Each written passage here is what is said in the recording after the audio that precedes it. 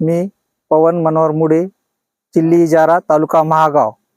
मी पारंपरिक शेतीला बगल देऊन मक्का पिकाची लागवड केली होती आणि ते मक्का पीक काल झालेल्या अवकाळी पावसामुळे सगळं होत्याचं नव्हतं झालं. मला जवळपास 60 ते 70 क्विंटलची अपेक्षा होती एका एकरमध्ये. एवढा पालन पोषण करून त्याला जगवलं होतं, पण असं अवकाळीमुळे सगळं नुकसान झालं.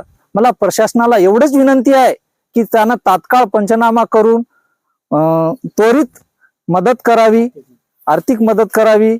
आणि होत्याचं नव्हतं झालेलं आहे, मक्का, गहू, हरभरा पण झालेला आहे नुकसान.